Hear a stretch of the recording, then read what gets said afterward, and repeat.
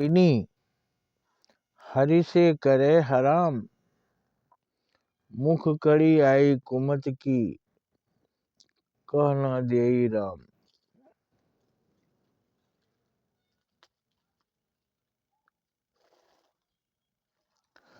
तो कबीर दास जी कहते हैं ये माया जो हमें हरि से मिलन हराम करवा देती है, इस माया को समझिए, इस माया से दूर होइए।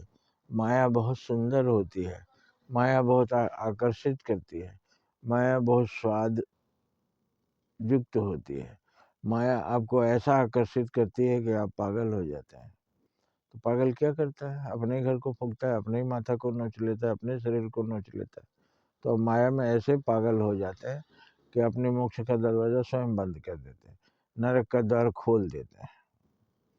अब मान लीजिए नरक के द्वार पर एक बहुत सुंदर सा फूल फल लगे हुए हैं और स्वर्ग के द्वार पर कांटे हैं, लेकिन हम कांटे से भागकर अगर नरक के द्वार पर चले जाते हैं, फल फूल मेवे वहाँ रखे हुए हैं, लेकिन खाते ही उसके फिर में आगे जाके जाल में, हम बहेलिया के जाल में फंस जाते हैं। बहेलिया कौन है? मौत।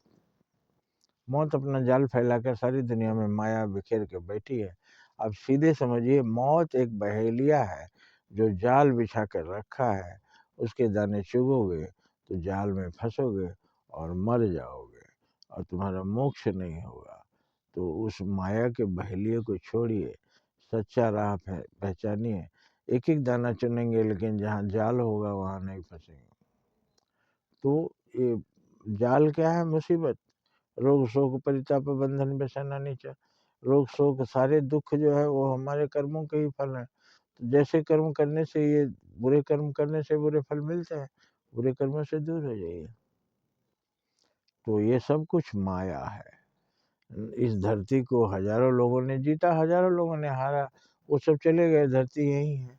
ये धन ये सोना किसी ने खाया नहीं, खाया क्या? इसीलिए संत असली धन अनाज को बोलते हैं जो लोगों का पेट भरता है। असली धन हीरा मोती सोना नहीं है, क्योंकि उसको खाने से पेट नहीं भरता, लेकिन उसी के चक्कर में लोग मरते हैं। जो कुछ हमारे पास धन है, सुंदरता है, विद्या है, ताकत है, जो कुछ हमारे पास धन है, ये सब धन कहलाएगा। और इसको हम अच्छे मार्ग पर प्रयुक्त करें, इससे हम लोगों का उद्धार करें, क्योंकि ये हमसे छिन जाएगी। ना हमारा रूप रहेगा, ना हमारी शक्ति रहेगी, ना हमारा धन रहेगा। एक दिन हमको सब छोड़ के चले जाना है।